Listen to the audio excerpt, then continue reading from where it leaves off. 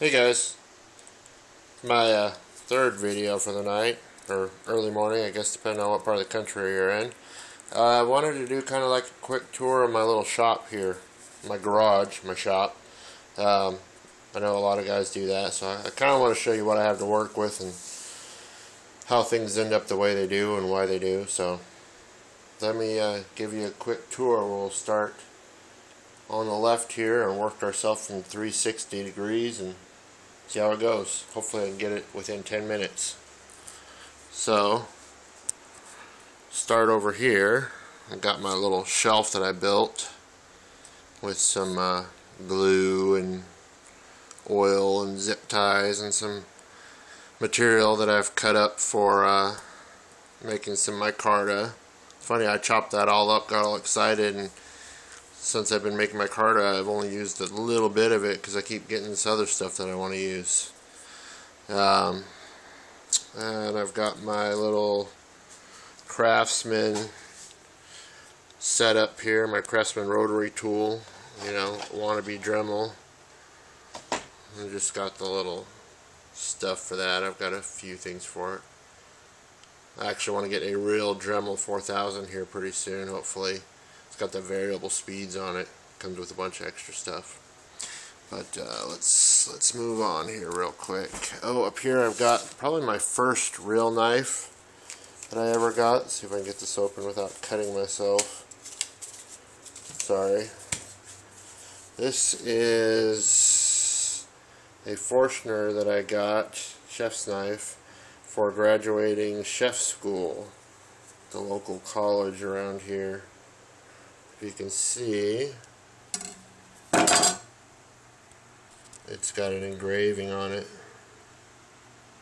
with my name and everything. Sucker's super sharp. I've never used it. It's got too much personal value, so it just sits up here on the shelf.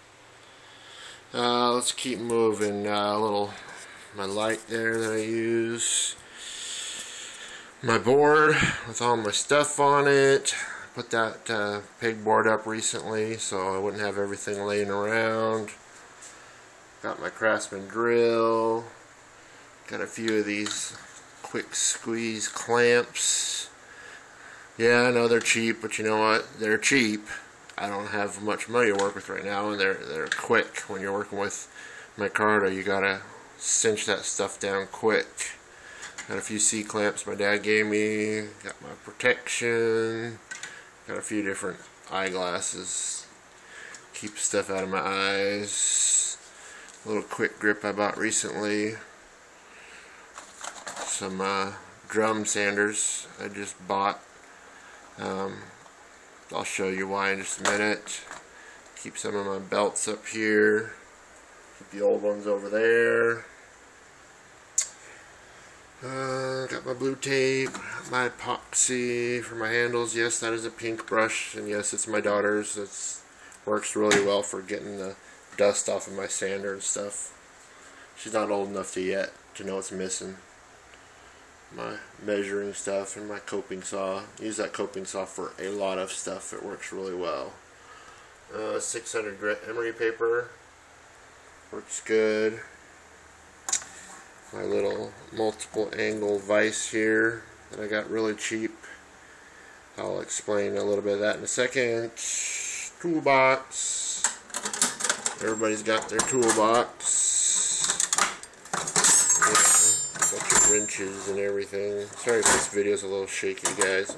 I'm doing this by hand. Got my real vise here that I've kind of modified with a couple pieces of wood to keep the teeth from scratching my handles or anything that I'm using. I know that those teeth are pretty rough. My dad just says unscrew them and take them off, but I don't want to mess with that. I'll just block them off here when I need to, and these work really well, and I can flip them out real quick and go back to normal. And you guys have seen my little 1x30 belt sander. I actually just took the other one I had down to Harbor Freight and had to exchange it because one of the bearings went bad, the motor mount screw came loose, the motor was starting to shake, and something else happened. Something else came loose, so I had to take it back and exchange it. It was within 90 days, so let's keep moving. Got some stuff down here. Got my dad's gear drive saw under there. What we got? Just some parts and pieces and different things, little knick-knacky things. Let's see. Needle files, screws, bits, more bits, polishing compounds, brushes, all my attachments for my drill, a bunch of different screw or drill bits in there, different attachments for that. Got my gloves and my wax paper for making my micarta. Just bought these the other day, different grits of this foam sanding stuff. I saw Mike Gavko talking about these foam sanding pads, so I figured I'd try them out. I haven't used them yet. Obviously they saw the package on it, so hopefully they work well. This is kind of my sandpaper drawer. A few other sanding implements back there. What else I got? A random box full of screws and stuff. Got your stapler. Got some more of my knives. Random again. I think we got random and my receipt drawer. Keep all of my receipts in there. And let's see, what do we got in here? A belt sander that doesn't work because it won't stay tracked. My jigsaw that I use quite a bit. Some cords. Old Craftsman motor I use for polishing sometimes, and the polishing goodies that are in there. Drill, corded drill that actually doesn't have a chuck, but it does now because I just bought this cool chuck. What else do we got? Work around, another one of those big fancy lights.